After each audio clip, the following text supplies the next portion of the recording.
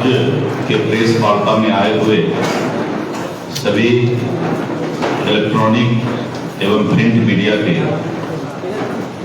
बंधुओं का हम स्वागत करते हैं। जैसा कि आपको पता है, बिहार के करीब 16 जिला में बाढ़ का प्रभाव हुआ है और एकाएक विगत एक सप्ताह से जिस तरह से नेपाल के द्वारा भारी मात्रा में पानी छोड़ने का काम किया गया और गंगा के भी जलस्तर में विगत एक सप्ताह पहले बढ़ोतरी हुआ था और सब मिलाकर देखें तो करीब 16 जिला बाढ़ से प्रभावित हुआ है। बिहार सरकार का आपदा विभाग, जल संसाधन विभाग, फ्लड फाइटिंग जो हमारी एजेंसी है और भारत सरकार की ओर से NDRF की टीम, ये सभी लोग मुस्तैदी के साथ बाढ़ पीड़ितों को राहत देने के लिए और आपदा में जो भी उनको मदद पहुंच सकता है उसके लिए प्रयासरत है। बाढ़ आपदा पता नहीं चल पाता है कि इसका प्रभाव कहां तक होगा और कितना होगा। नेपाल में अगर बहुत ज्यादा बारिश पड़ गया और वहां से ज्यादा पानी अगर डिस्चार्ज हुआ, रिलीज हुआ, तो उसका असर नेपाल के सीमावर्ती जिले पर पड़ता है। और आपने देखा कि अभी सहरसा, सुपौल, मधेपुरा, अररिया, किशनगंज, नवगछिया और अगर उधर से बढ़ते हैं तो कुछ हिस्सा दरभंगा, मिथिला का और पश्चिम चंपारण, पूर्वी चंपारण और इन सब जगह बाढ़ का प्रभाव हुआ है। सरकार अपने स्तर से सभी तरह का मदद कर रही है। मुख्यमंत्री जी लगातार, माननीय नीतीश कुमार जी खुद भी मॉनिटरिंग कर रहे हैं, हवाई सर्वे भी कर रहे हैं और जहां भी कोई अगर कमी है तो किसी तरह का कोताही नहीं किया जाए, ये निर्देश माननीय मुख्यमंत्री जी श्री नीतीश कुमार जी ने दिया है। आज मैं आप लोग को इस मीडिया के माध्यम से बताना चाहता हूं कि जो भी बाढ़ पीड़ित परिवार है उसके साथ राजनीतिक दल के रूप में भारतीय जनता पार्टी उनके दुख के साथ खड़ी है और इसके लिए हम लोगों ने आज ही सुबह एक कमेटी बनाया है जिसमें हमारे सांसद श्री राधा मोहन सिंह जी हैं मोतिहारी के, बेतिया के सांसद डॉक्टर संजय जायसवाल जी हैं, दरभंगा के सांसद गोपाल जी ठाकुर जी हैं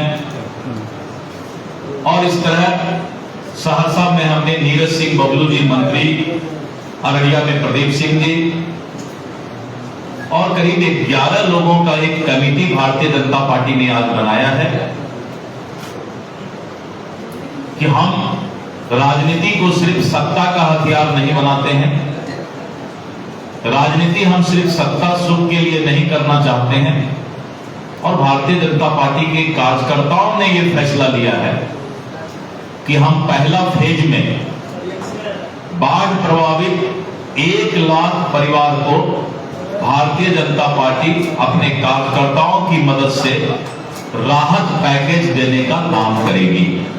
हम उनको राहत सामान पहुंचाएंगे और कल से ये काम मेरा शुरू हो जाएगा और अभी पहला फेज में 1 लाख परिवार को, करीब 5 लाख प्रभावित लोगों को हम जो है बाढ़ में उनके दुख में शामिल होंगे और उनको राहत पैकेज हम यहां से देंगे।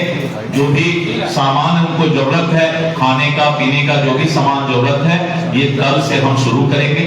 प्रथम फेज में हम देख लेते हैं कि कितने हद तक, क्योंकि जो लोग विस्थापित हुए हैं बाढ़ से वो या तो किसी बांध पर हैं या किसी ऊंचे स्थान पर आ गए हैं, तो हम उन तक वो सामान पहुंचाएंगे जो वो बाढ़ के समय में भी खा सके और उसका उपयोग कर सके। तो 1 लाख परिवार को भारतीय जनता पार्टी सेवा की भावना से उनके साथ खड़ा होगी। और हम इसको देखेंगे 4-5 दिन में कि अगर 1 लाख परिवार के बाद बाढ़ की परिस्थिति और कैसी रहती है, तो ये संख्या हम दोगुनी भी करेंगे। जरूरत पड़ेगा तो फिर हम 1 लाख परिवार को ये राहत सामान पहुंचाएंगे, जिससे कि भारतीय जनता पार्टी जो उसका परमो धर्म है, सत्ता के पहले सेवा, लोगों के दुख में शामिल होना, तो हम ये काम करेंगे। आज के इस प्रेस वार्ता में मुझे यही आपको सूचना देना था। आप लोग यहाँ आए, बहुत बहुत धन्यवाद। प्रश्न तो एक करके लेते इसमें क्या होगा, अनाज के अलावा और क्या होगा? एक आदमी पूछते हो ना, राहत पैकेज में अनाज के अलावा और क्या होगा? देखिए,